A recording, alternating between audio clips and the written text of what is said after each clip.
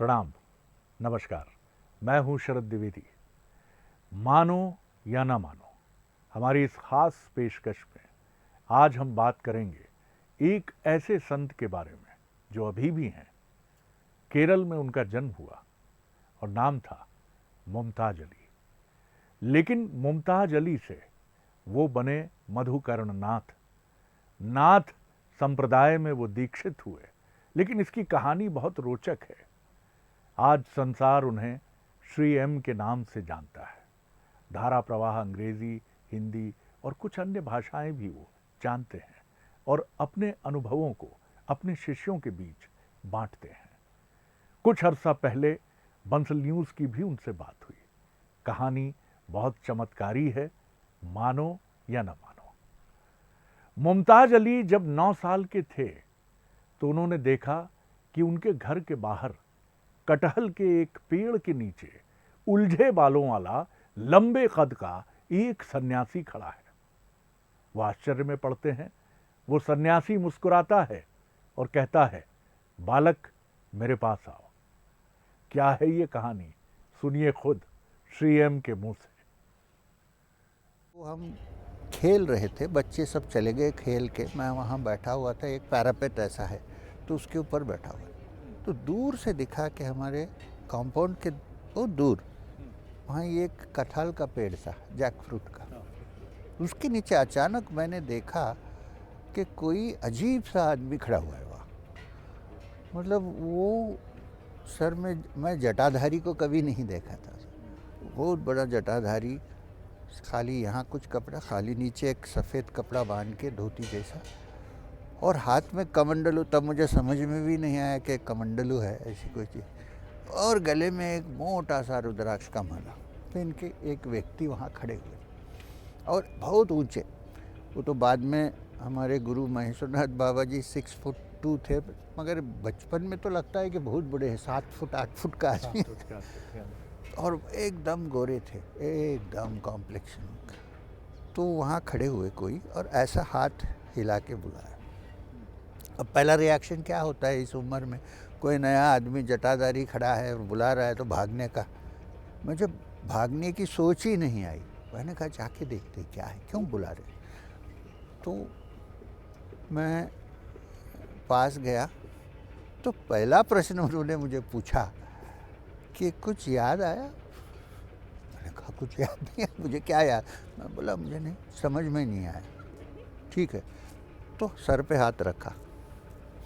हाथ रख के उन्होंने कहा, जब समय होगा तुझे सब याद आ जाएगा, समझ में आ जाएगा, ऐसा उन्होंने। फिर बोला सब वापस जाओ, घर जाओ। तो जब बोले कि तुम वापस जाओ, मैं वहाँ रुक ही नहीं सका। ऐसा कि कोई किसी ने मुझे फिरा के घर वापस, ऐसा लगा। जब भी मैं किसी को इसके बारे में बताने की कोशिश की, मेरी ज़ुबान बंद हो जाती थी। ये मेरा पहला अनुभव है। श्री एम आगे बताते हैं कि इस्लाम में जन्म हुआ, लेकिन मन रमता था सनातन परंपरा के ग्रंथों को पढ़ने में।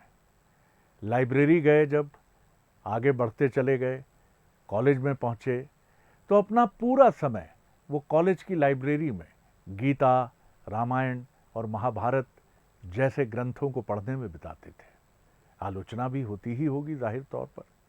इसी दौरान विवेकानंद को भी उन्होंने पढ़ा और इसी बीच उनकी अभिरुचि सनातन परंपरा में बढ़ती चली गई। लेकिन अपने उस अद्भुत सन्यासी को भी वो नहीं भूले जिसको 9 वर्ष की उम्र में उन्होंने अपने घर के बाहर कटहल के पेड़ के पास देखा था।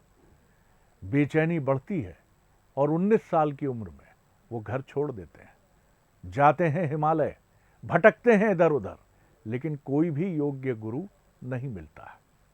पीड़ा इतनी बढ़ जाती है कि कल कल बहती अलकनंदा नदी में कूदकर जान देने की कोशिश करते हैं।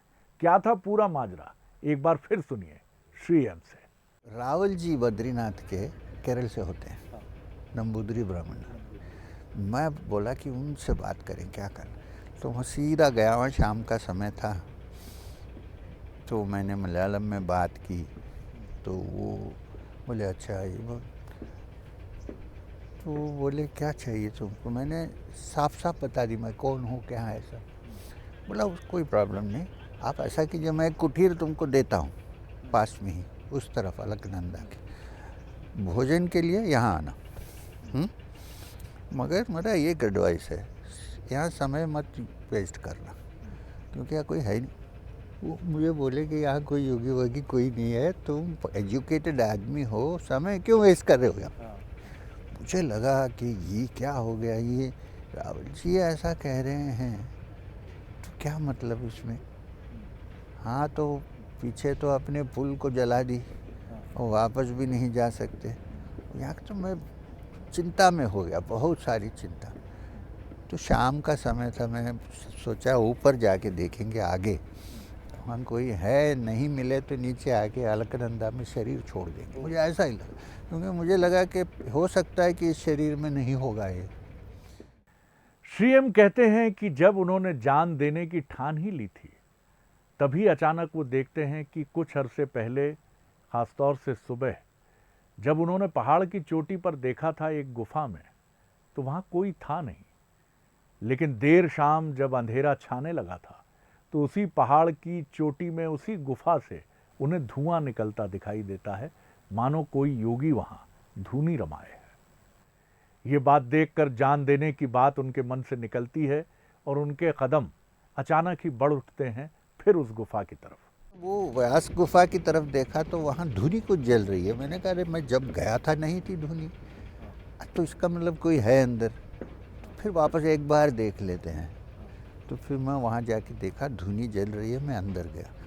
अंदर गया तो एक साधु उठ के खड़े हुए। वो साधु, उनको मैं शक्ल देखा तो मुझे मालूम पड़ गया कि वही थे जो 9 साल की उम्र में मैंने देखा था। वो भी उठ के पहला शब्द उनका ये था, अच्छा घूम फिर के फिर हमारे पास पहुंच गया, ऐसा होना। तो मैंने कहा बाबा जी मैं तो अभी आपको नहीं छोड़ूंगा, मैं तो सारी ज़िंदगी आपके साथ ही गुजारूंगा, आपके पैरों पर मरूंगा, नहीं जाऊँगा। मैं हंस के कहा अच्छा देखा जाएगा, ऐसा होने का, चलो मेरे साथ बैठो। वहाँ से 3.5 साल मैं बाबा जी के साथ हिमालय में घूमा। आज भी मैं आपको कहता हूँ ऐसी जगहें हैं जो टूरिस्ट मैप में है नहीं। आप भी चाहें तो इंटरनेट पर इस स्टोरी को सर्च करके श्री एम की इस अद्भुत गाथा के बारे में जानकारी हासिल कर सकते हैं। आज के एपिसोड में इतना ही। अगले एपिसोड में एक और इसी तरह के दिलचस्प लेकिन प्रामाणिक एपिसोड के साथ आपसे फिर मिलेंगे। नमस्कार।